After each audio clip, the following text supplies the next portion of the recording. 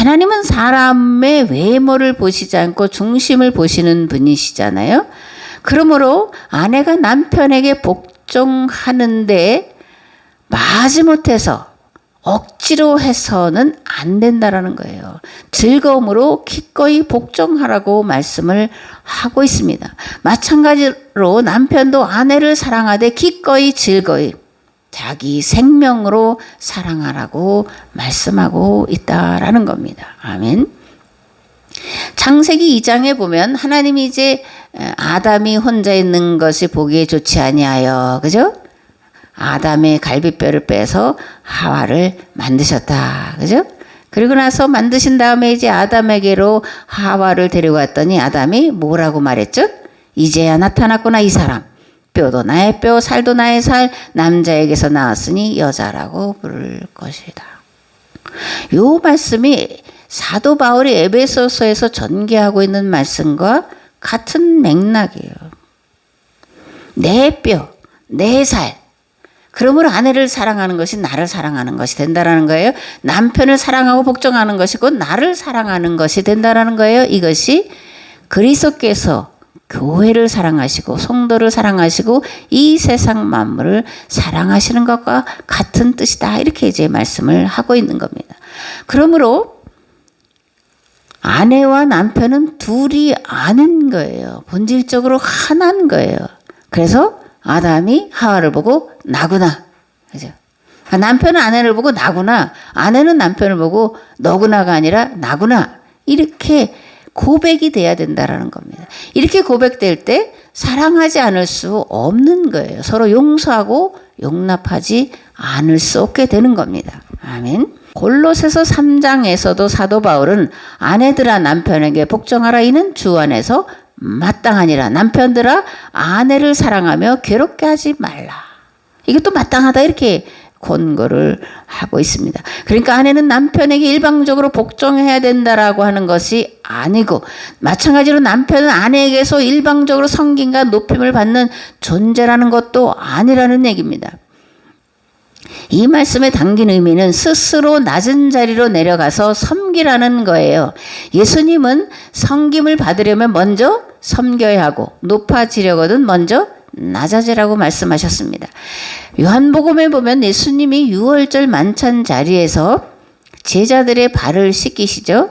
그러면서 내가 너희에게 섬김의 본을 보였으니 너희도 서로 발을 씻겨라. 다시 말하면 가장 낮은 자리로 내려가서 가장 천한 종이 하는 주인의 발을 씻기는 일을 행하라 이렇게 말씀하는데 반복하지만 서로 낮아져서 서로 섬기는 자가 되라는 말씀이에요.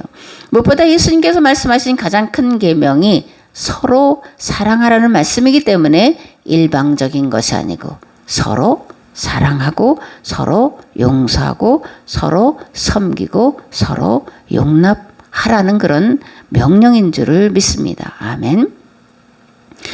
앞에서 이제 마태복음 22장 35절에서 40절 말씀을 제가 말씀드리면서 예수님은 율법과 선지자가 말한 모든 강령은 사랑하되 먼저 하나님을 사랑하는데 마음을 다하고 뜻을 다하고 힘을 다해 사랑하라는 것이고 또한 이같이 내 이웃 사랑하기를 자기 자신을 사랑하는 것처럼 사랑하는 것이라고 말씀하셨는데 이 말씀을 요한 1서를 통해 다시 정리하면 하나님께서 예수 그리스도를 내어주시는 십자가의 사랑을 먼저 우리에게 보여주신 것처럼 너희도 하나님을 목숨을 다해 사랑하라는 것이고 이웃 사랑하기를 내가 아닌 나로 사랑하는 것이고 특히 부부는 내가 아니라 나 한 몸 되어 사는 존재이기 때문에 너를 사랑하는 것이 곧 나를 사랑하는 거다라고 말씀을 하고 있다라는 겁니다. 아멘. 그렇다면 아내는 남편에게 복종해야 한다는 말씀을 오늘날 어떻게 이해하고 적용해야 될까?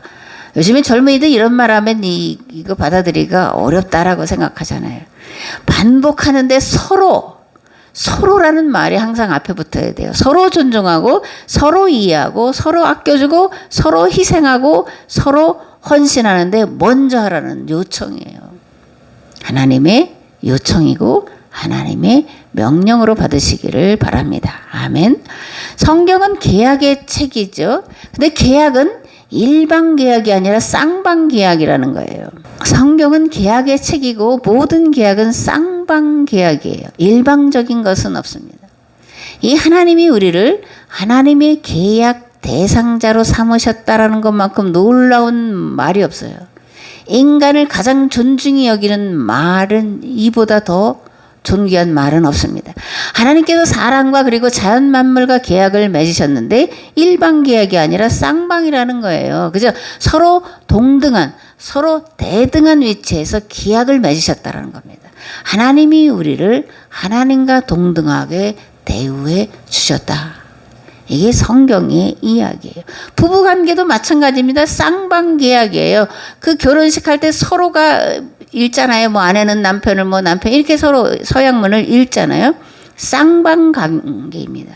일방적으로 복종하고 일방적으로 사랑받는 관계가 아니라 서로 복종하고 서로 사랑하는 관계라는 거예요. 그렇기 때문에 예수님께서 가장 큰 계명이요, 새 계명은 서로 사랑하는 거다라고 말씀을 하고 있는 겁니다. 부부는 서로를 향해 네가 곧 나라는 인식을 하며 고백하며 살아야 돼요. 그렇게 살아가는 자들은 한평생 행복하게 살아갈 수가 있게 되는 겁니다. 아멘. 성도도 마찬가지입니다. 서로를 향해서 네가 곧 나구나라고 인식하고 고백하며 신앙생활을 해 나가야 돼요.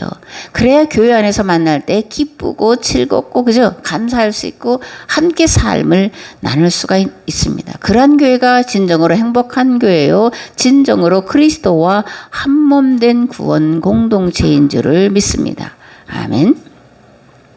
예수 그리스도의 비밀인 교회가 연합하여 한 몸을 이루는 것처럼 부부의 연합은 가정과 교회를 연결시키는 위대한 비밀이에요. 교회가 예수 그리스도 안에서 예수 그리스도를 통하여 하나가 되어야 하는 것처럼 가정이 예수 그리스도 안에서 예수 그리스도를 통하여 하나가 되어야 됩니다. 하나님께서 그리스도 안에 만물을 통일되게 하시기 위해 이 땅에 세워놓으신 두 기관이 있는데 교회와 가정이에요. 이 두 기관을 지탱하고 유지하는 가장 큰 힘과 능력은 그리스도 안에서 하나 될 때 주어지는 것이고 이것이 나타나는 것이 서로 사랑이다라는 그런 말씀입니다. 아멘. 교회와 성도에게 사랑은 해도 되고 안 해도 되는 선택의 문제가 아니라 사랑하지 않으면 안 되는 하나님의 절대 명령이에요. 왜냐하면 하나님께서 그 아들을 또는 자신의 몸을 나를 사랑하시기에 나를 구원하시기에 먼저 내어 주셨기 때문에 또 그 사랑을 우리가 받은 자이기 때문에 사랑은 선택이 아니라 절대 명령이다 그런 겁니다. 부부도 마찬가지다 그런 거예요. 서로 사랑하는 것은 하나님의 절대 명령이에요. 명령을 지켜 행하지 않으면 구원에 이룰 수 없다라는 것이 예수님의 말씀입니다. 교회와 성도의 가정은 이 땅에 보여주어야 할 하나님 나라의 모델 하우스예요.